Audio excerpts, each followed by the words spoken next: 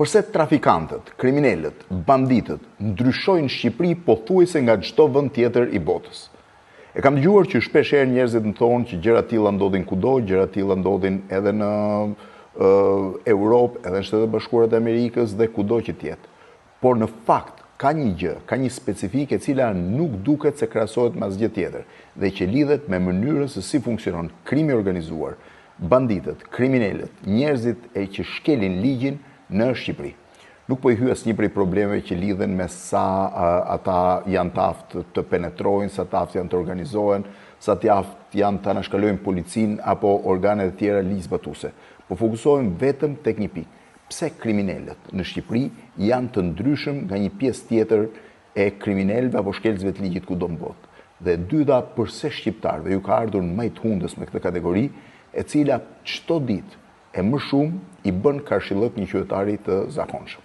Do t'i kthehem deklaratave më të fundit, pra u them jo deklarata, por veprimeve më të fundit të SPAK që mbështeten nga deklarata zyrtare e tij. SPAK ka arrestuar rreth 20 persona, të cilët kanë statusin e biznesmenit, po njëkohësisht, nëse e ndjek me vëmendje dosjen, bëhet fjalë për 20 arrestimet e fundit, janë persona që kanë pasur probleme të theksuara ligjore me trafikun e narkotikëve, paktën kështu pretendohet, sepse ky prokuria gjithmonë ka pretendimin, është gjykata që ta vërtetojë dhe do ta vendosë këtë, nga Amerika Latine drejt vendeve të Europës. Pjesa më e madhe e tyre kanë pasur burimin kryesor të ardhurave pikërisht këtë.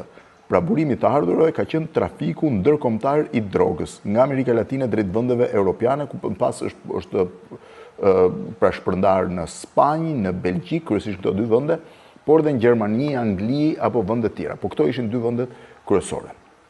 Tani pse them që ka një karakteristikë?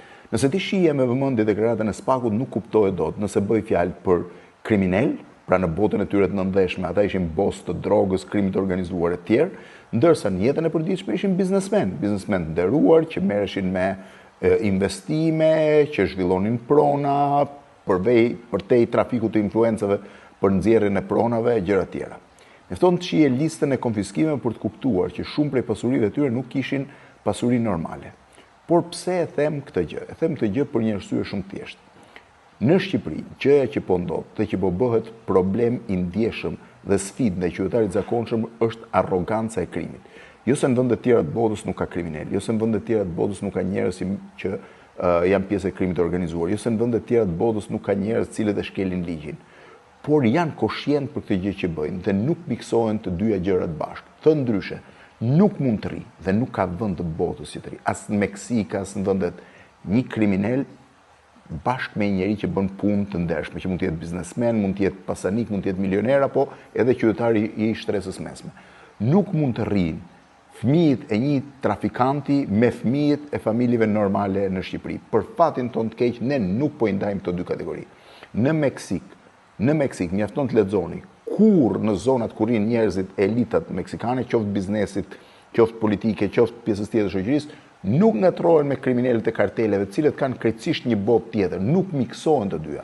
Tentoi të miksohej në Kolumbi në viteve 80 dhe ju e dini çfarë ndodhi me Pablo Escobarin. Secili ka punën e tij. Po ju sjell dy nga banditët dhe kriminalët më të rrezikshëm të Italisë, meqense Italia është më afër dhe ju mund t'i kuptoni shumë kollaj. Totorina.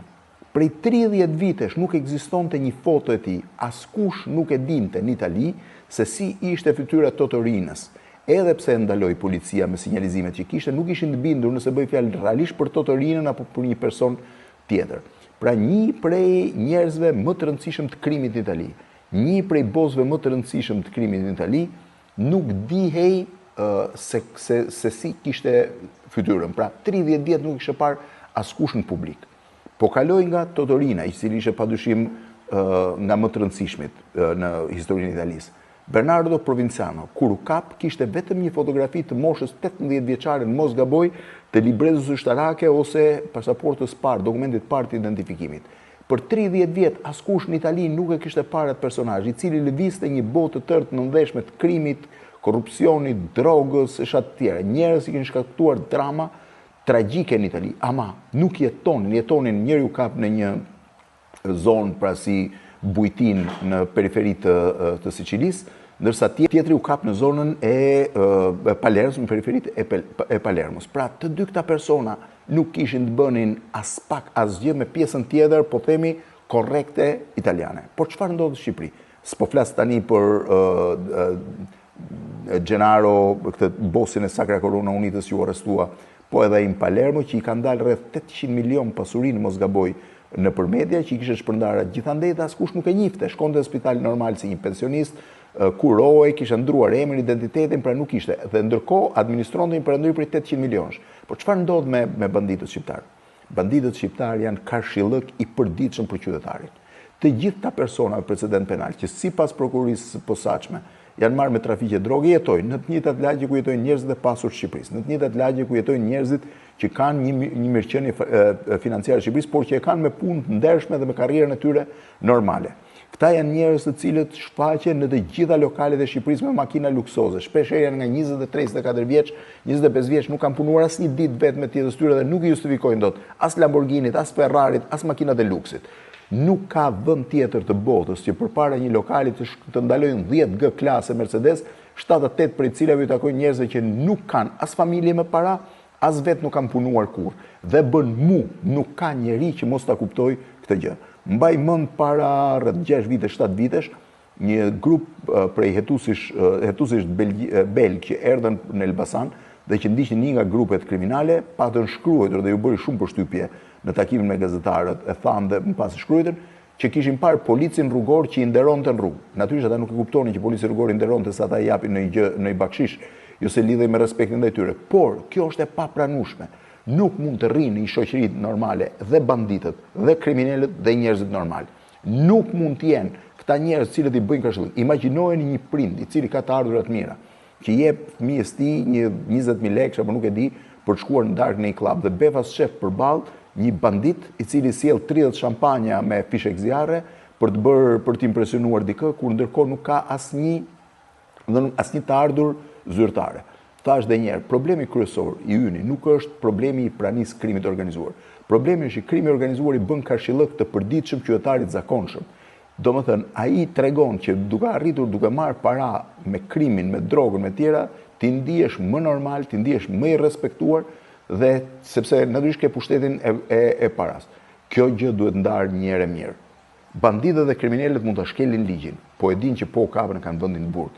Banditët dhe kriminalët mund merren me punë paligjshme, por nuk mund të jenë njëkohësisht edhe trafikant, edhe biznesmen, edhe kriminal, edhe biznesmen, edhe bosi drogës, edhe biznesmen në një vend. Do kenë statusin që takon, do kenë statusin e trafikantit dhe le ta mbajnë atë, pastaj të përballen me ligjin, ose do kenë statusin e biznesmenit dhe biznesmen. Kjo histori e miksimit të dyja palëve në të njëjtën shoqëri është e patolerueshme, është kriminale dhe është një sfidë ndaj qytetarit zakonshëm. Ndaj qytetarit që ngrihet çdo ditë, shkon në punë, punon me vështirësia del, ndërkohë që shef ballë për ballë që statusin e biznesmenit që tundet, e ka një njeri i cili në jetën e vet nuk ka bërë asnjë biznes tamam, vetëm ka larë parat e piste që kanë nxjerrë pasaj përmes krimit të organizuar. Kjo është e patolerueshme, është skandaloze dhe do një zgjidhje. Ky është në një farë mënyre, po themi, kjo është arroganca, ky është problemi, është një sfidë që i bëhet çdo ditë qytetarit zakonshëm nga banditët dhe kriminalët.